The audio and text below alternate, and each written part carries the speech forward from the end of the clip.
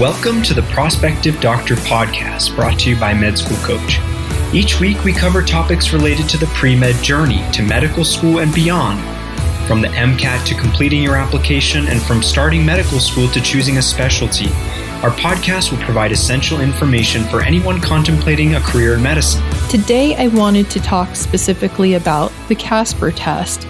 So probably quite a few of you who've applied to several schools that require the CASPer test have been notified that you need to take this test. And I get tons of questions each year about the CASPer exam. What is it? How do I prepare for it? Which schools require it? So let's go over the CASPer test in detail and do a little bit of practice preparation as well. So the CASPer exam stands for Computer-Based Assessment for Sampling Personal Characteristics. So this is another tool that medical schools use to evaluate an applicant. So along with your MCAT, your GPA, your extracurricular activities, your personal statement, your written secondary application, the CASPer is another way for them to see if you have the decision-making capacity and critical thinking skills that are going to be required of you as a future physician. So the CASPer exam is an online exam that lasts a couple hours.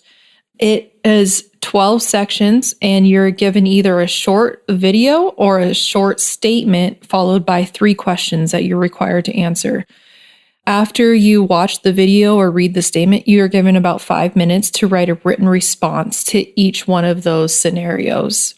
So what is it really testing for? It's really testing about your personal qualities. And if you really possess empathy, compassion, if you can evaluate situations in an unbiased and objective manner, and really have moral and ethical decision-making capability.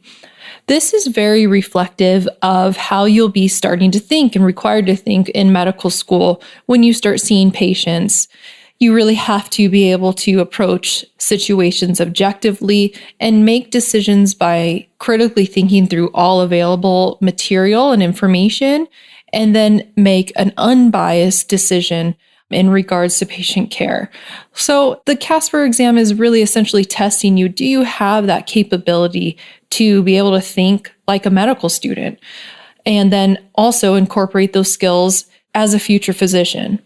Similarly, when you start doing medical school interviews, like I talked about last week, you will have some interviews that are called multiple mini interviews or MMI interviews. The MMI interviews test similar characteristics as the CASPer exam: ethics, objectivity, critical thinking skills. But that's usually done in a kind of more intense dynamic situation where you're actually sitting down with an evaluator and they're critiquing you and asking you follow-up questions. Whereas the CASPer exam asks you these similar principles, but on a more superficial level where it doesn't necessarily involve patient care. It can just be kind of like a situation that you can see every single day, or maybe situations that you approach when you're studying with peers. They're still testing similar principles and concepts, but just in a more simplistic manner. The next question is, which schools require the CASPer exam? There are several schools that require the CASPer exam. We do have a listing available on our website, so I won't list them all here. Certainly, this number is growing in the last few years. More and more schools are requiring the CASPer exam, but I will just state a couple of them that have become schools that are commonly applied to that are requiring it. And those, for example, are New York Medical College, Tulane, Central Michigan, and Rosalind Franklin, or Chicago Medical School. So some schools that applicants commonly apply to are now requiring this. So if you haven't gotten the notification that you need this exam for those schools yet, but you did apply there, you should start thinking about preparing for this test and taking it. The next question that I get very frequently is, when should I take this test? So when you receive the email from the schools, look closely at their email and see if they have a deadline or a time they want you to take it. Most schools will not provide this information, but you can consider this as just part of the secondary application process. So in order for your application to move forward in its evaluation, you're going to need to have this test. So sometime in July is really the best time to take it. Try not to push it off too long because, again, in order for your application to move forward and be more evaluated, you'll need to have this test. So let's talk about next, how can you prepare for the CASPer exam? So with the CASPer exam and the MMI interviews that I discussed earlier, the key here is practice, practice, practice. Read lots of scenarios. Use all the available CASPer test material to test yourself. And also, I recommend trying to sit down and maybe do a couple time scenarios. So get a prompt or a video, watch the video, see the 3 questions, and then practice typing out those responses and see if you're able to write them quick enough and have that practice. You can also read about medical ethics and ethical decision making. I don't suggest spending a ton of time on this. I think this is more important for when you're preparing for your MMI interviews rather than the CASPer is to read about medical ethics. Instead, you can kind of just do an overview.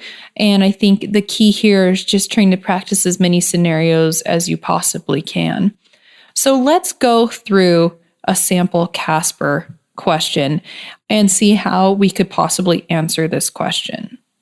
So one of the sample CASPer questions that's on their website is, consider this statement: from time to time, we deal with conflict in some form. And then there's 3 questions that follow this. Number 1, describe a time when you had to deal with conflict and how you coped with it. So this should be a pretty short, straightforward example. Pick something that was a significant conflict and that you handled it positively. Obviously, you don't want to pick an example where you conflicted with somebody or a group and then it had a negative outcome. For example, I might write about how when I was in my research lab as an undergrad, I was working with another student and her and I conflicted about how a certain experiment should be ran. I really wanted to perform it in one day so I could get the results that same day, but she really wanted to perform it in 2 days because she had some time constraints and wasn't able to complete it and spend the necessary time that day. So in order to resolve the situation, I compromised and completed the majority of the experiment one day and then followed with her the next day to finalize it and complete the rest of it. It's a pretty simplistic explanation, but it's a way that it shows the grader that you actually have had conflict. You are able to think through it and try to find a solution that works for you and whoever you've conflicted with, and that you were able to solve the situation in a positive note. Let's look at question number 2. How might you handle a similar situation differently should it arise again? So this is just kind of thinking through, using hindsight, is there even a better way to solve this problem? So looking back on this situation, maybe I would have split the responsibilities so we could complete the experiment that worked with our individual time frames. And then I could go on and say why I thought that this may be the most effective way possible. So for instance, I could discuss how, since we were all under different time constraints and we all had different responsibilities outside of the lab, if I would have split the responsibilities with my partner, then we would have been able to come to the same results, but make it a little bit more conducive and easier on each other's schedules. Number 3, what would be your strategy if you were faced with a conflict that was extremely difficult to resolve? So this is a very, very general question, but basically, again, they're kind of looking for your problem solving skills and your critical thinking skills and also your compassion. So when you're having a conflict, it's going to be with somebody else or another team. So are you compassionate enough to work with them and try to resolve the conflict so that it will benefit you and that person or the team that you're working with and not only benefit yourself? So perhaps you could write something to the effect of, if I was faced with an extremely difficult conflict, I would approach the team members or the individuals that I am working with and discuss different strategies in order to resolve the conflict. We would try to do this in a timely manner so that we could resolve it, but also taking into account each person's individual preference and abilities. Once we are able to discuss the different strategies, we would try to come to a consensus where we all agreed and we all benefited from that specific strategy, and it worked for everyone as much as possible in order to get the task completed. So this is just, again, illustrating that you have the ability to critically think through a situation and solve a problem should it come up. Let's go through one other CASPer scenario. So in this scenario, you can watch the video online. Basically, it's about a 45-second video where it shows that you're a cashier. A woman comes in to return a stuffed animal that she bought at this store, but she doesn't have the receipt. You offer her store credit, but the woman is refusing store credit and says she absolutely needs the cash. And you're an employee and you kind of look to another employee who is supposed to be you, kind of wondering, what should I do in this situation? So the first question here is, what do you tell the other employee? Go ahead and give the refund or abide by store policy. Justify your answer. So this is kind of where it's testing your own personal characteristics. Some people may say, I would go ahead and give her the refund because I can understand that she needs the cash and that as a store employee, I can make that call and provide that for her. However, I think the more correct answer and probably the more ethical/moral answer would be to abide by store policy. And you justify this by saying, although I can very much understand this woman's situation and I would like to help her as much as possible, I am a store employee and therefore I abide by all the store's policies and I would continue to do so. So here you're really demonstrating that you have compassion and empathy because you're stating that you understand the woman's situation, but you are having integrity. You're showing them that you would honor what the store and what your job entails by only offering her store credit. Number 2, assume you advise the newer employee not to give the refund, but she does anyway. Do you report this to your supervisor? Why or why not? This is a really common type question, kind of where you see somebody doing something wrong, and then you have to decide, should I take this to a higher authority or do I just keep it to myself? The most correct answer in any of these situations is to do something about it. Which one you choose will depend on the situation. If I were to answer this question, I would try to answer it something to this effect. First, I would go and talk to that employee and say that I do not think that that was the correct thing to do and it did not follow store policy. I would encourage her to tell the supervisor herself. If the employee absolutely disagrees and does not want to go forth to the supervisor, then I would report the behavior to the supervisor myself. If she seems reasonable and understands that, yes, this was a mistake, I should not have done it, then in that case, I do not think I would report this to the supervisor. But the concept here being tested, regardless of how you answer it, is again just trying to make sure you're doing the right thing. And if you see somebody else doing the wrong thing, making sure that you bring it to someone's attention. The parallel in medicine I see with this type of concept is if you were a physician and you saw another physician who came to work drunk or in bad shape, would you report it to somebody else? And if you think about it in that sense, obviously you would try to do something. You would either go talk to that physician or you would report that physician immediately because it could so significantly impact patient care. So if you think of it in those terms, I think it kind of helps you answer those questions a little bit easier.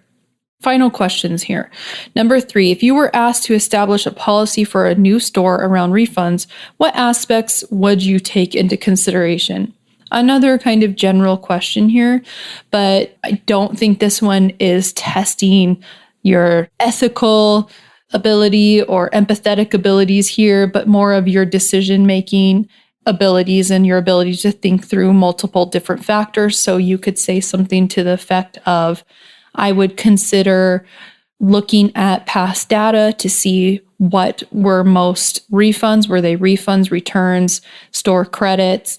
How many receipts were received? How many receipts weren't? I would also consider making it easier on the customer if they had forgotten a receipt by maybe taking an email and linking it to an email, or having digital copies of receipts so that if a customer didn't have a receipt, we could work with them more easily by offering them a full refund if they did not have the physical copy of the receipt. So again, just kind of thinking through different scenarios here and coming up with potential solutions. So that is a little bit about the CASPer exam. Hopefully that kind of helped get the ball rolling on preparing for this exam and giving you some thought into how you should go about answering these questions. Definitely check out Prospective Doctor. We have tons of blogs and different information on the CASPer exam, and let us know if you have any questions. Our mission is to inspire, encourage, and inform students as you journey through a rigorous and intricate process of achieving your dreams in medicine. Visit us at prospectivedoctor.com and medschoolcoach.com for more essential resources in your medical school journey and beyond.